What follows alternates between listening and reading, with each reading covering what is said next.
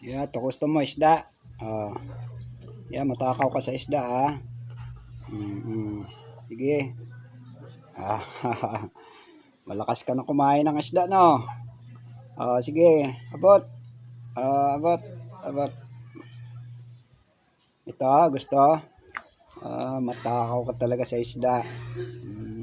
Ayaw mo na ng prutas. Malapit ka na umuwi sa gubat.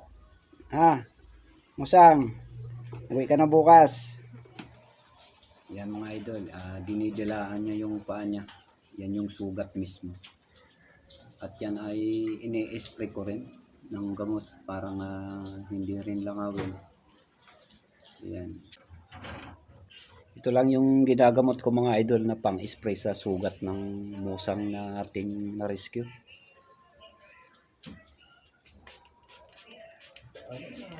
Yan. Para umilom na yung sugat mo.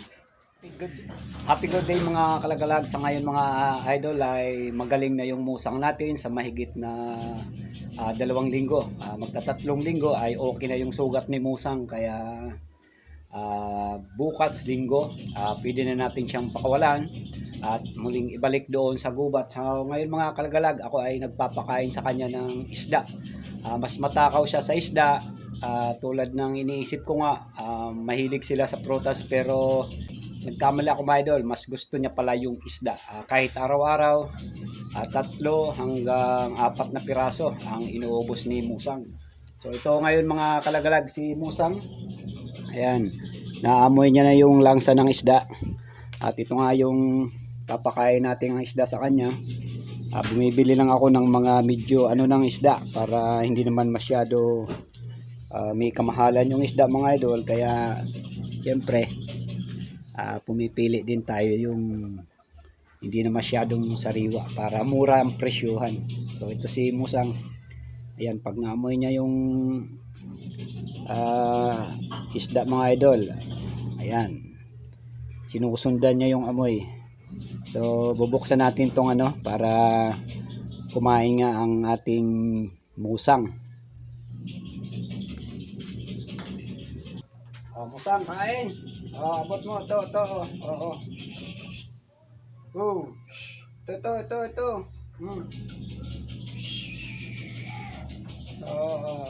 Abot, dali. Abot. Oo.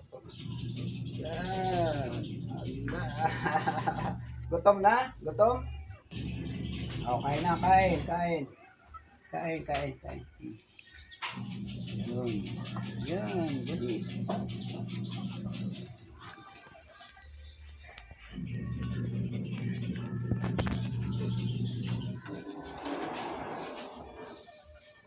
Yan ang gusto niya mga idol, yung isda.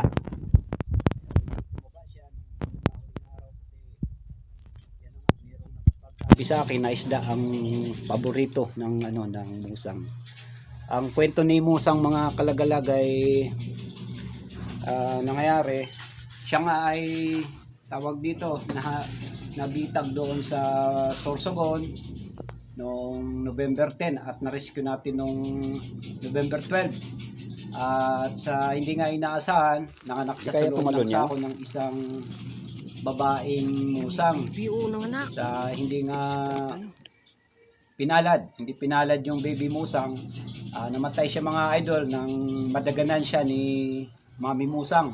Kasi nga yung paa niya namaga at sugat na sugat, hindi siya makabalance ng maayos. Kaya yun nangyari. Si musang, ito pa, kain, ito pa. Oo, yan, dali, kain. Kain. Yan, matakaw siya idol sa yan tawag diyan, isda. Yan. Yung nga mga idol, nanganak siya at namatay nga yung niya dahil hindi siya makabalance ng maayos. Ngayon, ginamit natin siya. Linagyan natin na yung sugat niya, in-spray natin yung pang sa antibiotic. At ngayong ang malakas na siya, normal na yung galawan niya. Bukas linggo ay pwede na natin siyang pakawalan sa gubat. Pero hindi na natin siya ibabalik ng Sorsogon kasi may kalayuan yung erosin. So dito na lang siya sa may palibot ng Lapit lang sa Mount Mayon. Doon sa lugar na walang kabahayan, nang di rin siya makapirwesyo sa mga nag-aalagang manok. So yan mga kalagalag, ang update ko sa inyo na si Mami Musa nga. So nawala na yung kanyang anak at bukas nga ang kanyang kalayaan para makabalik doon sa gubat.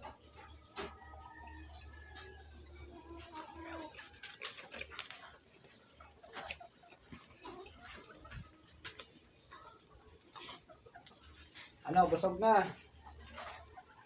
Ha? Busog ka na? So yan si Idol, pangalawa na yan. Ngayong tanghalian, dalawa. Kaninang umaga, dalawa rin. Siguro kaya niya rin ubusin yung 3 hanggang 4 talaga kasi matakaw talaga siya. Yan. Gustong gusto niya yan.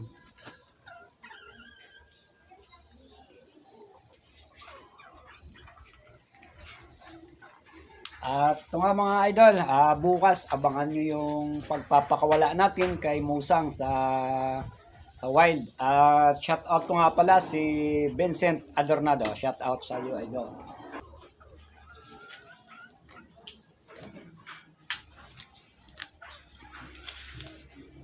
Sige, kain lang. Palakas ka, kayo uwi ka na bukas sa gubat. Ay, nahiya pa. Tatalikod talaga.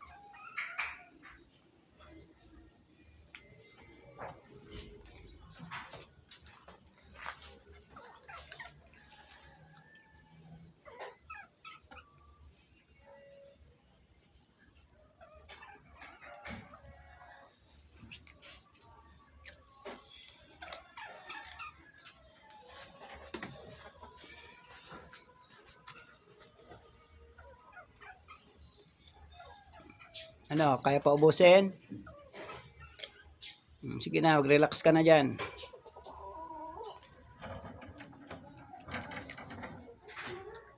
Ano, tapos ka na? Ayan. Yan na lang natira mga idol sa 2 isdang binigay natin kay Musang. Inom ka na ng tubig. Inom na. Ha? O, bukas, uwi na yan. Uwi na yan sa gubat. Ay, may tira pa. Sige, ubusin na. Pakabusog ka kay uwi ka na dun sa kung saan ka nararapat na lugar.